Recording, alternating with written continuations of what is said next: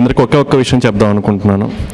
Sir deputy సీఎంగా charge తీసుకున్న తర్వాత మేమందరం జాయిన్ అయిన తర్వాత ఆయన చెప్పిన ఫస్ట్ ఇన్స్ట్రక్షన్ మాకు, ఇలా నాకు వచ్చే జీతాన్ని నా పిఠాపురంలో ఈ పిల్లలకి ఇద్దాం అనుకుంటున్నాను అని చెప్పేసి అందరినీ డైరెక్ట్గా కలిసి ఇద్దాం అనుకొని ఈ విధంగా చేశారు. అండ్ సార్ యొక్క ఒపీనియన్ ఏంటి అంటే, తనకు వచ్చే జీతాన్ని ఈ 42 మందికి ప్రతి నెల 5,000 రూపాయల చొప్పున డివైడ్ చేసి మీ ఇంటికే వచ్చి ఇచ్చే విధంగా 1వ తారీఖు ఇప్పుడు పెన్షన్ గవర్నమెంట్ ఎలా అయితే ఇస్తుందో అదేవిధంగా 1వ తారీఖు సార్ తనకు వచ్చే జీతాన్ని ప్రతి ఒక్క పిల్లవాడికి అమ్మాయికి 5,000 రూపాయలు డివైడ్ చేసి మీ ఇంటికే పంపిద్దామని చెప్పి డిసైడ్ చేశారు. సో ఇది కంపల్సరీగా వాళ్ళ భవిష్యత్తుకు ఉపయోగపడుతుందని చెప్పి సార్ తీసుకున్న తీర్మానం. సార్ ఇట్లాంటి మంచి డెసిషన్లో మేమందరం భాగం అవటం వల్ల మాకు కూడా చాలా సంతోషంగా ఉంది సార్. ఎలాంటి ఒక క్రైటీరియా పెట్టుకొని ఒక ప్రాతిపదిక పెట్టుకొని ఏ కమ్యూనిటీ అలాంటి ఏమీ లేకుండా అందరికీ సమానంగా చూసి అందరికీ మన దగ్గర ఎవరెవరైతే మనకు తెలుసు అంటే గవర్నమెంట్ వారి దగ్గర తల్లిదండ్రులను కోల్పోయాలని తెలుసున్న ప్రతి ఒక్కరిని ఇవాళ పిలవడం జరిగింది. అది నెంబర్ ఎంత తక్కువ ఎక్కువ అనేది కూడా ఆలోచించకుండా పిలవడం జరిగింది. సో అందుకు నా వైపు నుంచి జిల్లా అధికార యంత్రాంగం వైపు నుంచి sir I really thank you for doing this from bottom of my heart. Pithapuram నుంచి ప్రత్యేకించి వచ్చిన మీ అందరికీ పేరు పేరున హృదయపూర్వక నమస్కారాలు. పిఠాపురం నుంచి మీరందరూ నన్ను ఎంతో నమ్మకంతో గెలిపించారు.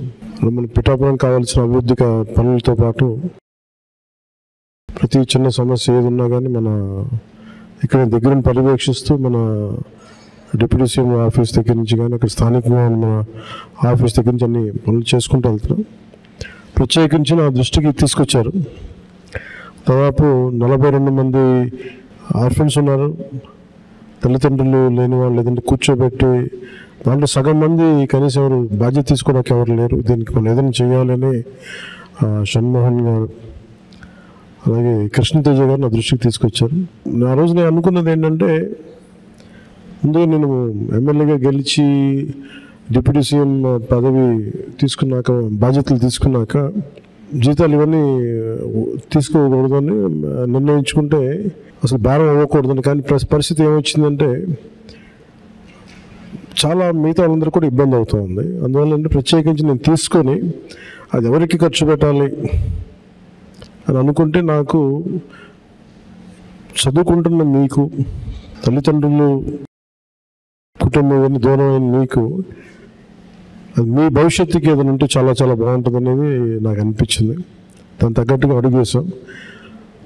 సో నాకు వచ్చే జీతంలో మొత్తం ఆ డబ్బంతా ఇట్లా మీ భవిష్యత్తుకి ఈ పదవి ఉన్నంతకాలం, ఈ ప్రభుత్వం ఉన్నంతకాలం మీరు సంపూర్ణంగా చదువుకునే వరకు నెలకి 5,000 రూపాయల చొప్పున మీకు అందజేయడం జరుగుతూ ఉంటుంది. ముఖ్యంగా ఇది మీకు ఎంత సహాయపడుతుంది అనేది మీరే చెప్పాలి నాకు. మన ఉన్నతాధికారులు అందరూ ఆలోచించారు. దీంట్లో ఎక్కడ కూడా ఒక కులం కానీ అనేటట్లు, దాంట్లో అన్ని కులాలు ఉన్నారు, అందరూ ఉన్నారు.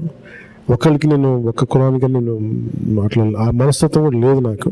సో మనస్ఫూర్తి ఇంకోసారి మీ దృష్టికి తీసుకొస్తూ ప్రత్యేకించి మీ అందరికీ అంటే ఇది పని చేసి సంపాదిస్తున్నాం, ఒక ప్రభుత్వం తరపున పని చేస్తూ దాని నుంచి వచ్చిన జీతం చాలా బాధ్యతగా నాకు మీరిచ్చిన అధికారాన్ని తిరిగి తద్వారా వచ్చిన డబ్బుని తిరిగి ఏ పిఠాపురం అయితే నన్ను గెలిపించడానికి కారకమైందో అదే పిఠాపురం భవిష్యత్తుకి మీరందరూ పిఠాపురం భవిష్యత్తు ఇక్కడ ఉన్న పిల్లలందరూ, సో మీ భవిష్యత్తు కోసం నేను దీన్ని తిరిగి జీతాన్ని ఇచ్చేస్తున్నాను.